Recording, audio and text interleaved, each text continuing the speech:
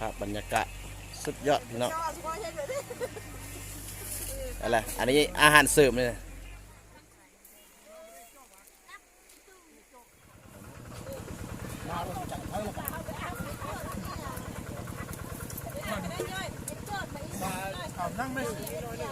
เออไปนั่งภาพไหม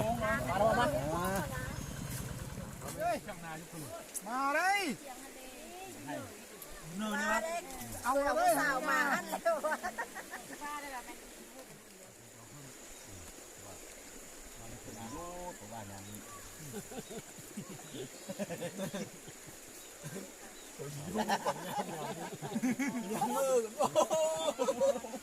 นั่งกันเลยงานนี้ผู้จะคน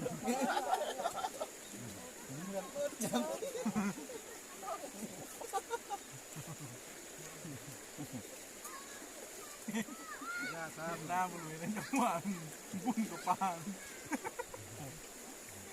จนเว้นเลยมาเนาะเพราะเราบ่มีบุพายหัวหักจั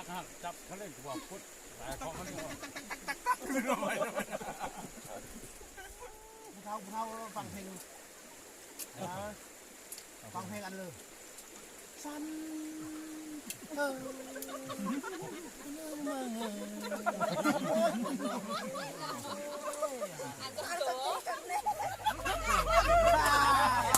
ออกมาแล้ว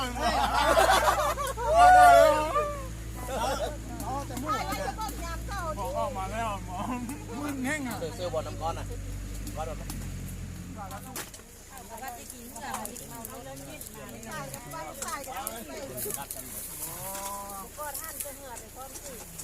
ไปพุทธบุรีเปลี่ยนผู้ควงแห่เปลี่ยนเดียวลงนะแต่ว่าคันบุรีที่เมืองที่รถเมืองน้ำเนี้ยเพราะว่าฟ้าเมืองเรียกหน่วยงานเนี่ยนะครับทำค่อยเป็นผู้ควงแห่ก็แยกกันมาเขาเรียกมันแล้วก็เขาเรียกมันแล้วก็ทำเมืองควงแห่แล้วก็เจ้าเดี๋ยวมันเลือกกันนะใส่ดำแห่เขาอ๋อน้ำมันเบิร์ดหมดแทบจะพังงานนี่ฮักจะวิ่งเนี่ยนะสามพวกน่ะมีแสนห้านี่สาวมีแท้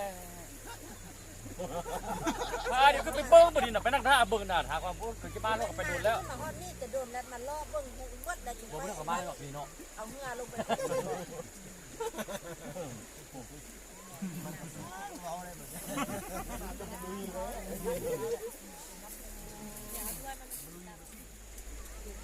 เอาคักได้คนมากินกันอันนี้แหละเบาคู่มาหรือแม่ต่อคู่มาเมื่อทุกคนแพทย์นะว่ามึงจันนี่เรียนแพทย์เลยเนาะจันเสื้อเอาชุดไม่เสื้อวันมาดำเนาะครับยกมือว่าก้อนทำแม่ของไม่ถูกฮักเลยอันนี้แหละต่อเบาโอ้ยทอดนี่หอเลยนอนกินนมทิ้งเลยทอดอีโม่ตอนเฮาบนขึ้นมาส่งลมเฮากินทุกคน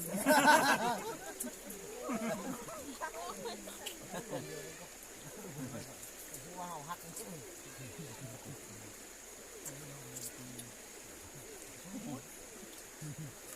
เอาเฮ็ดม้วนลมเรื่องกันตัวข้าตายตัวขาวเงาแต่ว่ากันกินเหล้าเท่านั้นป้อมโบกันเองก็มาแม่เห็นแต่ก้อนมีเสียงเรื่องนี้มันเข้าออกมาเมื่อนี่เนี่ยเขากำลังจะไปเมียใหม่กำลังจะมาเมียใหม่ว่าได้ยินอันบอกได้ยินบอกร้องเพลงแต่ว่ามันยาวเลยมันได้มาดูเลยรู้เลยว่าอันว่าดนเลยเห็นกันเถื่อหนึ่งจุดตกตะลึงว่างามแท้ตอนนั้นละทางดำทางเล่จะมีใครเด่นละทางเล่ทางดำ